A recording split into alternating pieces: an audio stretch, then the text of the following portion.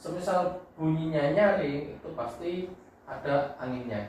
Namun kalau bunyinya itu tidak nyaring berarti kurang tekanan angin atau gembos. Segera cari tempat tempel yang terdekat. Dan ketebalan ban harus minimal ketebalan ban diajukan itu 2 mili lah, 2 mili atau 1 mili segera ajukan. Ya. Namun setelah diajukan screenshot pengajuan tersebut langsung jabrikan ke OPC, minta tolong Pak dibantu agar biar di ACC ya Pak.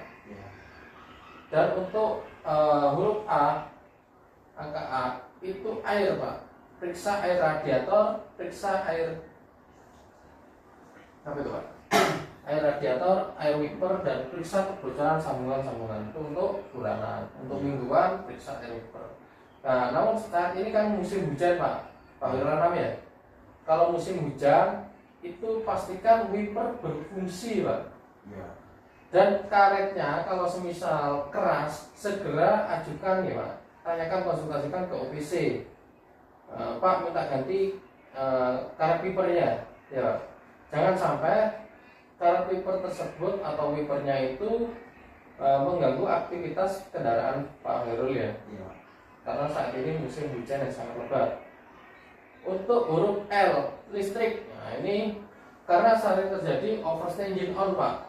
Nah, yang mana overstay engine on itu akan diberlakukan punishment. Namun ketika menghadapi kelistrikannya itu terkendala, aki terutama maupun macet dan yang lain sebagainya, itu langsung jabrikan ke saya Pak.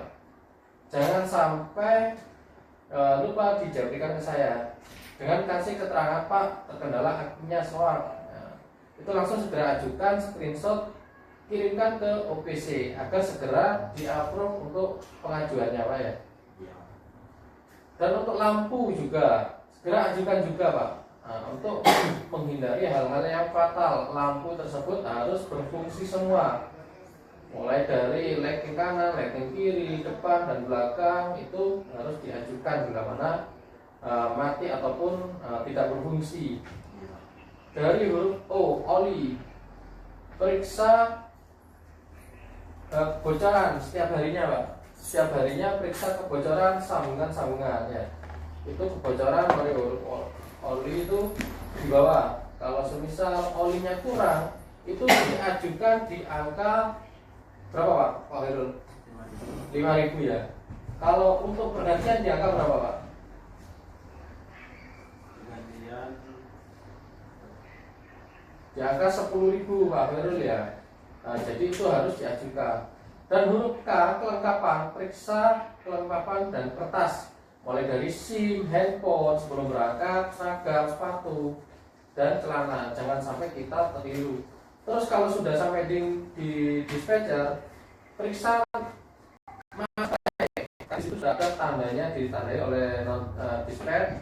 Itu kalau ada materai, periksa. Jadi jangan asal comot, karena tim dispatch itu menyerahkannya berbarengan, ya Pak. Takutnya kita salah ke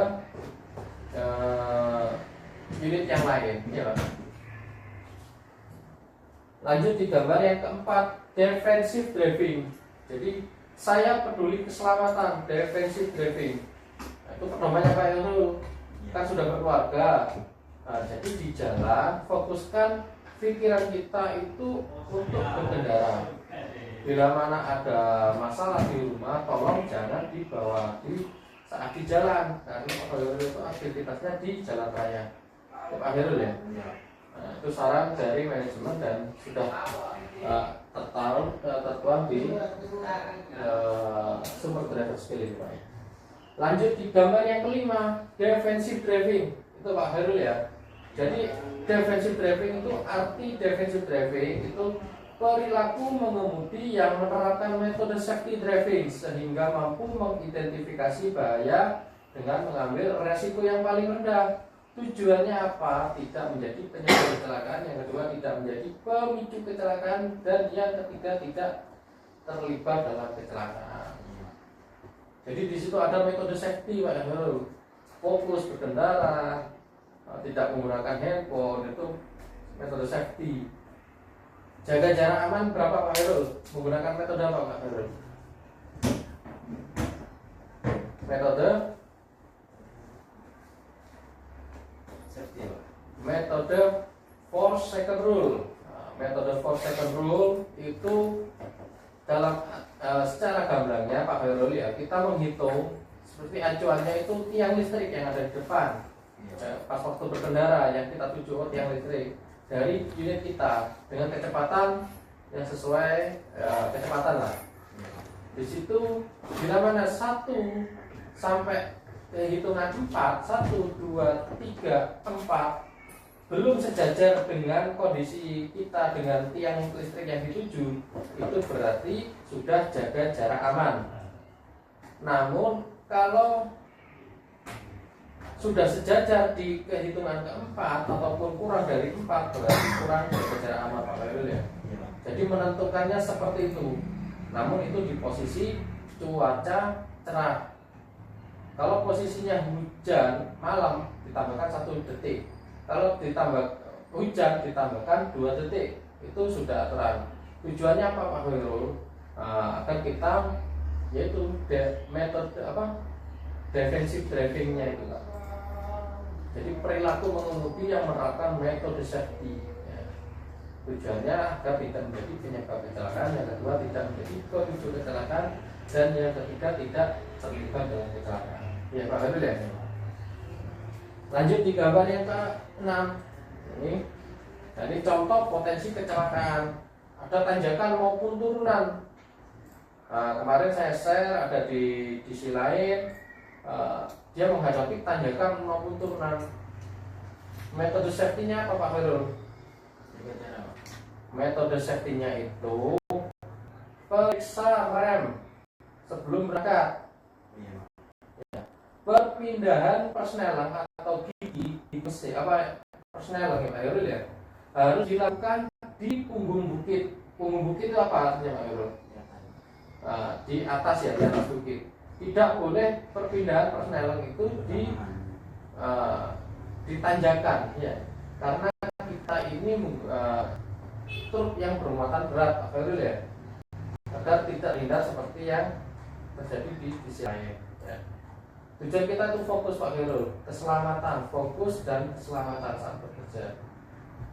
Nomor yang kedua, ada ibu-ibu lighting kanan ternyata dia belok kiri, lighting kiri ternyata belok kanan. Ya. Jadi akhir-akhir ini dan rekan kita itu kan kemarin terkena musibah, insiden ya. Jadi yang saya harapkan pahamilah Pak Herul ya, lebar kendaraan kita.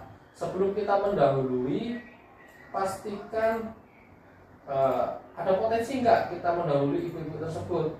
Dengan cara apa? Melihat perilakunya Pak Herul ya. Kalau dia sudah